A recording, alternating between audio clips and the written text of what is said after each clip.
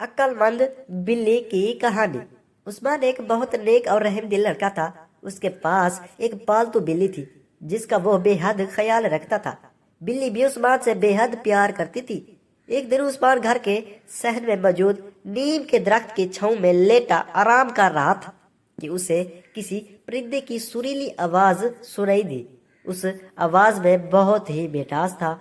پرندے کے چپ ہوتے ہی عثمان کی نگاہیں درخت پر بیٹھی نیلی چڑیا پر پڑی جو درخت کی ایک شاخ پر بنے گھونسلے میں رہتی تھی۔ اب روز اس کا معمول بن گیا، فرصت ملتے ہی اس کی نگاہیں ننھی چڑیا کو تلاش کرتی تھی۔ اس کی آواز سن کر عثمان کے لبوں پر مسکراہٹ آ جاتی تھی۔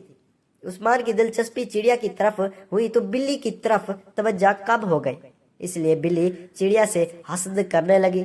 ایک دن جب عثمان گھر پر موجود نہیں تھا تو بلی درخت پر چڑھ گئی اور گھونسلے کی طرف چھلانگ لگائی۔ نیلی چڑیا بلی کا نوالا بن گئی۔